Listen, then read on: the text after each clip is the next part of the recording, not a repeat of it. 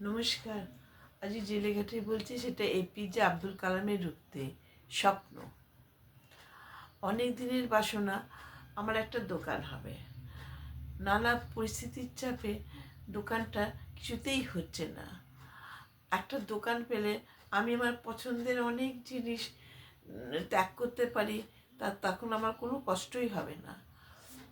কিন্তু কেন জানি না দোকানটা কিছুতেই কারাতে হচ্ছে না।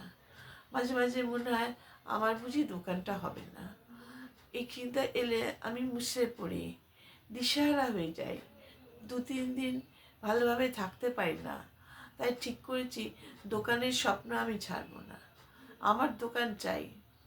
কঠিন পরিস্থিতি এলেও যে কোনো মূল্যে আমি দোকান নেব।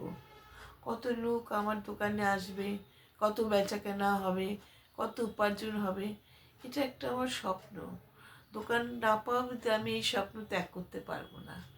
আমার বিশ্বাস দোকান একদিন হবেই।